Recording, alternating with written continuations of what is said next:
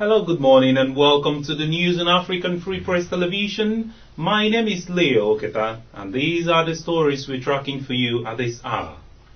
Igbo World Assembly, IWA, yesterday said President Muhammadu Buhari has given himself away as the leader who cannot rule the country effectively.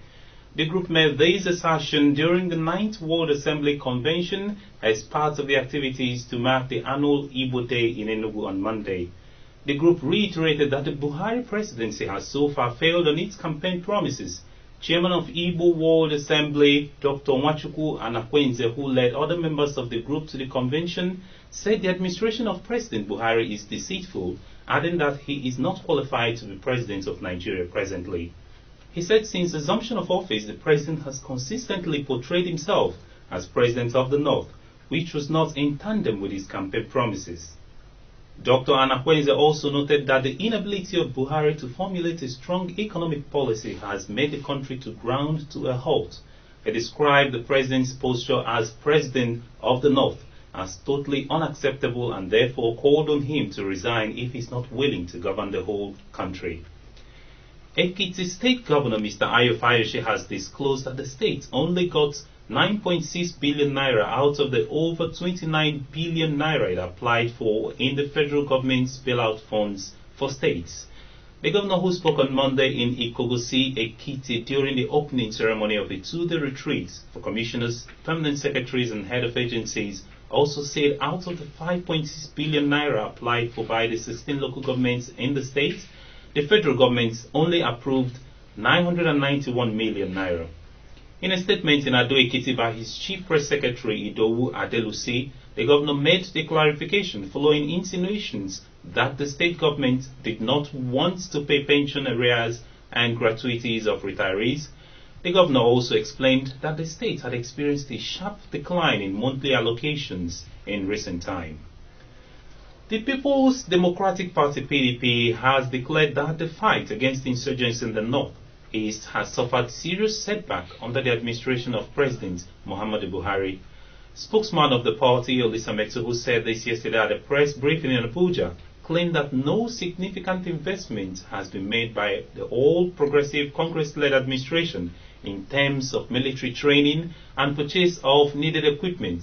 But reacting through a text message, the APC spokesman Alhaji Lai Mohammed described the PDP claim as partisan outburst.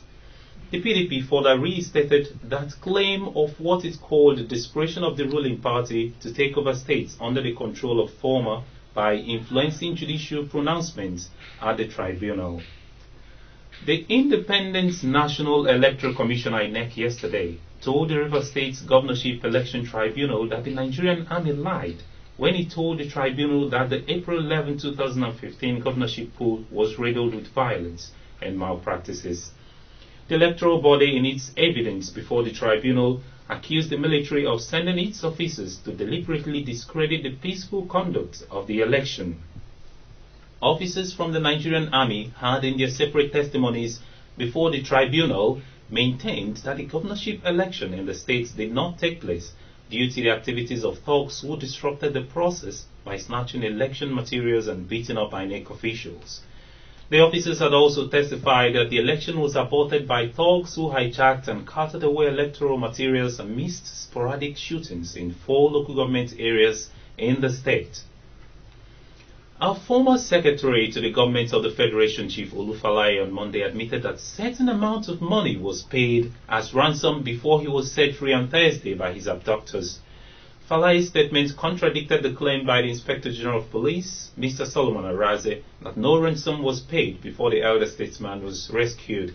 Falaye, who was kidnapped by some suspected Fulani headsmen on Monday, September the 21st, and released on Thursday, September the 24th, 2015, however, did not disclose the amount paid, but he said it was when the money was fully paid that he was freed.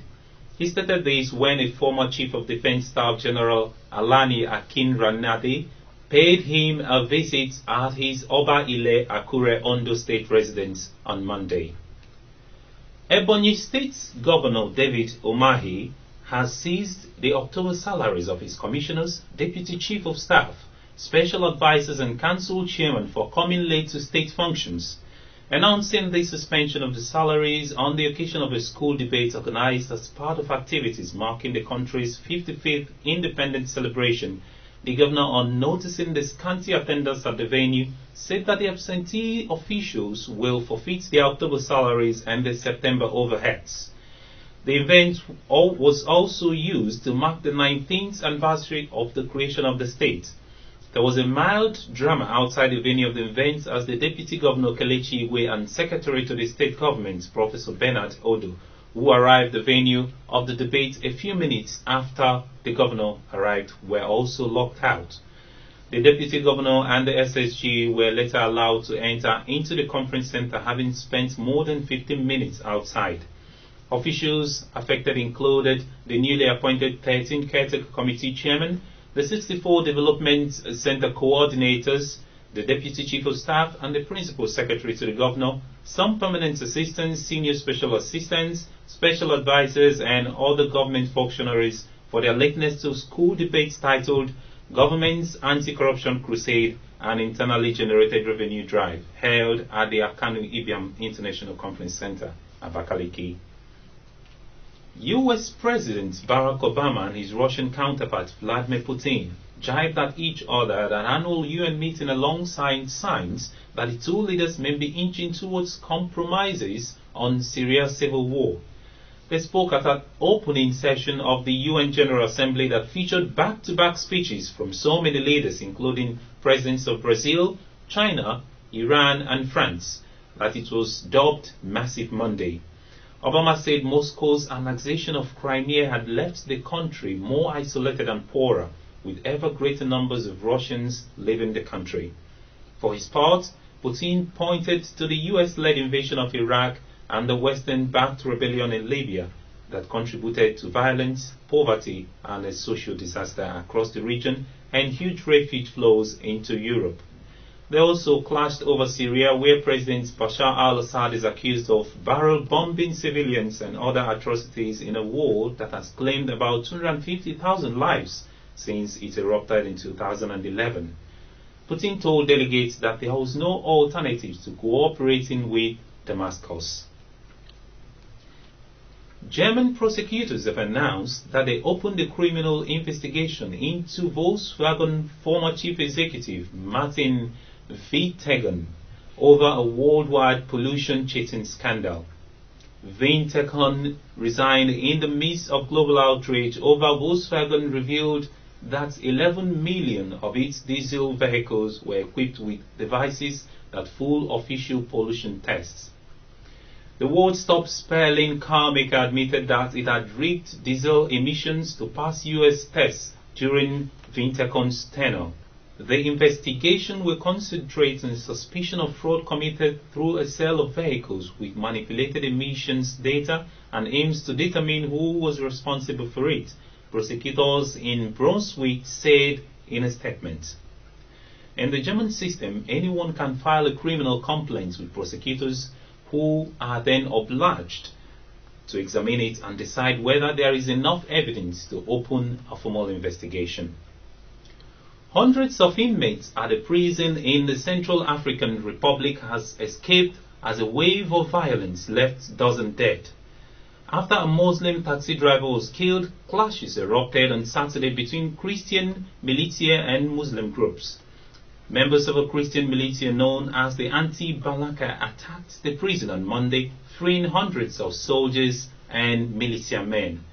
The cow has been racked by violence since a manly Muslim rebel group, the Seleka, seized power in March 2003. The Seleka group was then ousted, sparking a wave of violence, reprisals against the Muslim population, thousands of whom fled their homes. It's another day in the Champions League competition. Barcelona will take on Bayern Leverkusen. Bayern Munich will take on Dynamo Zagreb, while the English champions Chelsea will hope to continue their excellent form in Europe as they travel to Portugal to face FC Porto. Basel will face AS Roma. Israeli side Maccabi Tel Aviv will welcome Dynamo Kiev, while Lyon will take on Valencia as Zenit St. Petersburg will welcome KAA Ghent. And that's the story for you this morning on African Free Press Television. For more stories, please do visit our website at www.africanfreepress.com. Follow us on Twitter at African Free Press and like us on Facebook at African Free Press. From me, Leo Oketa, and the whole team in the studio this morning, it's a very good morning to you. Please do enjoy the rest of your day.